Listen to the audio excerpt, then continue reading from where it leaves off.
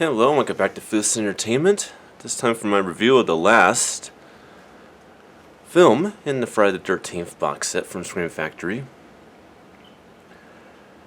And this is another disappointing Blu-ray review due to the fact that Scream Factory did not have their way with the Friday the 13th remake from 2009. So what you really get is just the cool artwork. Now, this artwork's nothing new. This is on the previous Blu-ray releases and DVD releases. But you do get the teaser sheet, teaser poster sheet on the inside, as you can see. But this is exactly the same Blu-ray there is in every other release. So very disappointing, because I think they could have definitely upped things, because this release and this particular box set could have been the first time this film has ever been presented in DTS HDMA versus this very minuscule Dolby True HD sound presentation that the film has. This is one of those Dolby True HD sound presentations where the bit rates are so medium and low and not that many high ones that things kind of mold and blend into each other a little too much. The picture, very dark in this movie. I think that if they would have had the ability to do a new 2K or 4K scan from the original negatives of the film, it probably would have had much more of a pop, much more color pop to the movie versus what we have to deal with here. And that's really one thing I can say that I'm really disappointed about when it comes to this release. That said, this is a bad release. It never was a bad release in the first place. It's just not the greatest release. But what would it like watching this film theatrically again? Keep in mind, I have done this theatrically before in 2009 during the summer when I actually did watch this movie on the big screen at the cinemas. The experience of watching it on the big screen again was quite good. Very, very cool to do. I actually had quite a bit of fun revisiting this film theatrically. It definitely does have a good amount of theatrical value to it. That theatrical value, of course, would have been upped if Scream Factory had their way at the movie.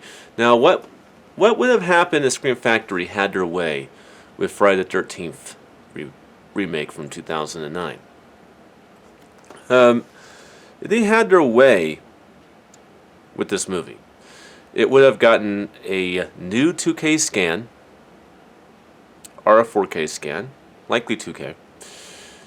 It would have gotten a brand new DTS HD MA 5.1 sound presentation, as well as a downmixed 2.0 sound presentation.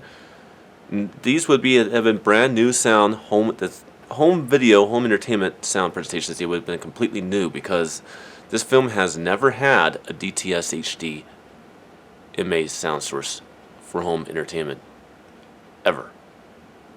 So having it would have definitely boosted up the thrills, the overall experience, really. They would have definitely dug in for new features. I definitely can guarantee they probably would have gotten Derek Mears to sit down for an interview on him talking about how much fun he had playing Jason Voorhees in the latest Friday the 13th film. But they didn't have their way with the movie. They didn't. Now, my personal opinion of the film, it's a time waster. Okay, it's a time waster. But it's an unoriginal stab in the fucking back for Friday the 13th fans. And I'm sorry that I'm the one who says it and nobody else does. Almost nobody picks on this fucking movie for its flaws. I am one of the few people that does. If you want my opinion about why I have problems with this movie, just watch the review I did on it in 2018. But I'll give you the short of it in less than a sentence, or to be told a couple of sentences. This is a copy and paste job, taking all of the innovative kills that we love and subplot points of the first 4 Friday the 13th films and putting them and piecing them together, making a freaking website project or something. That's pretty much what it fucking is.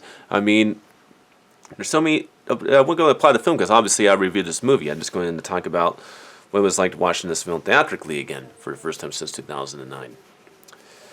There are some good things I can say about the film. I can say that I do like to have the original Jason back. But really, if you're just going to copy everything that happened in the first 4 movies,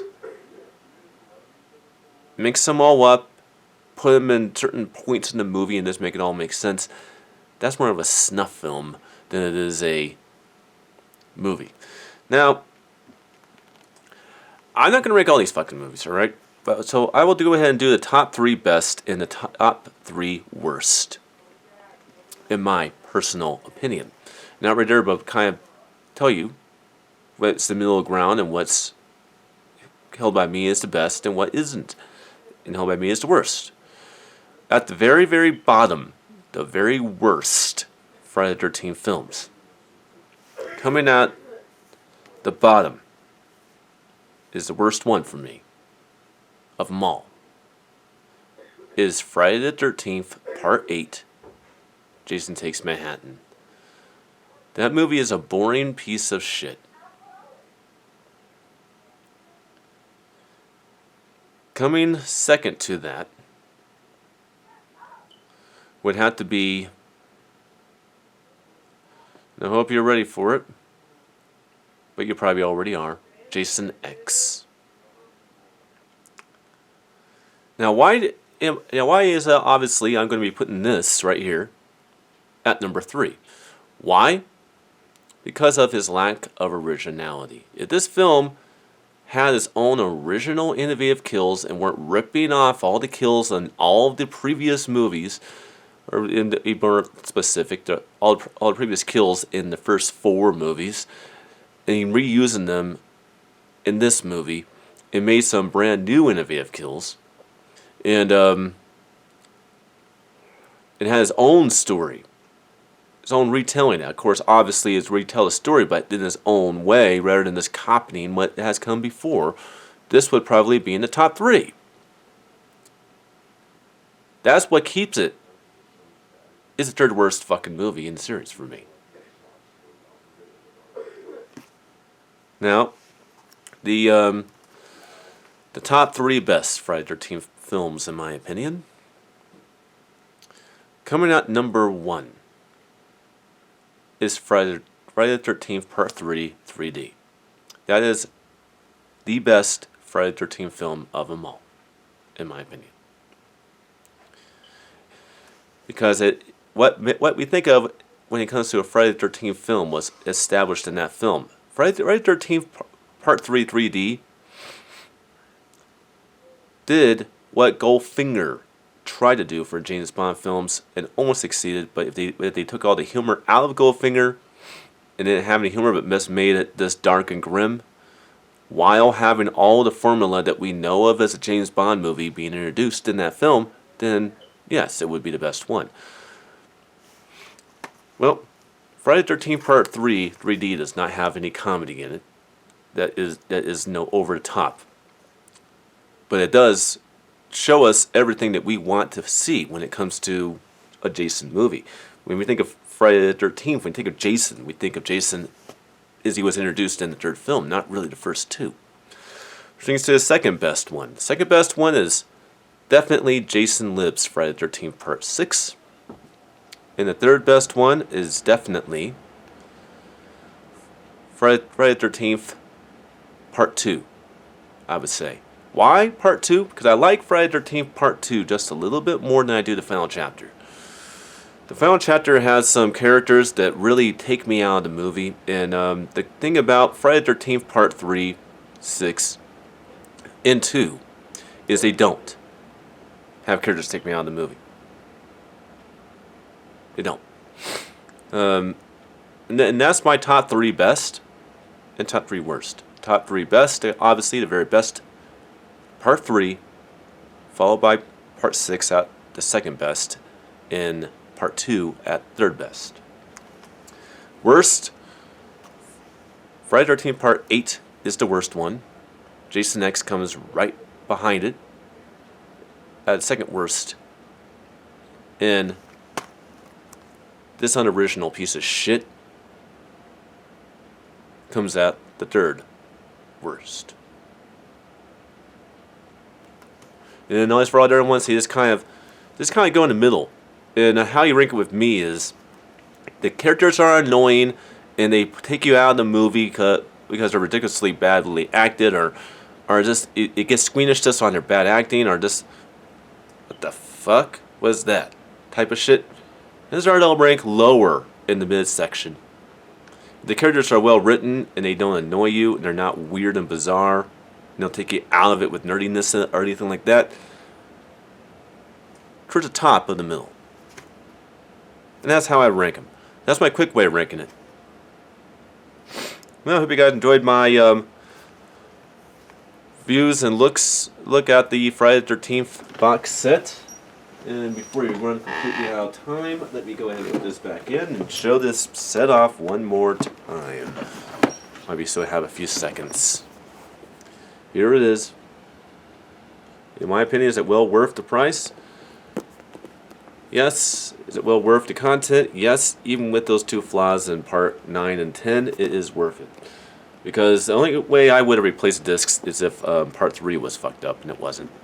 So that's how that goes. Well, that's it for this event. I will see you guys for a bunch of random scary movies leading into what I call my Halloween theme, which is going to be anthology films. Until then.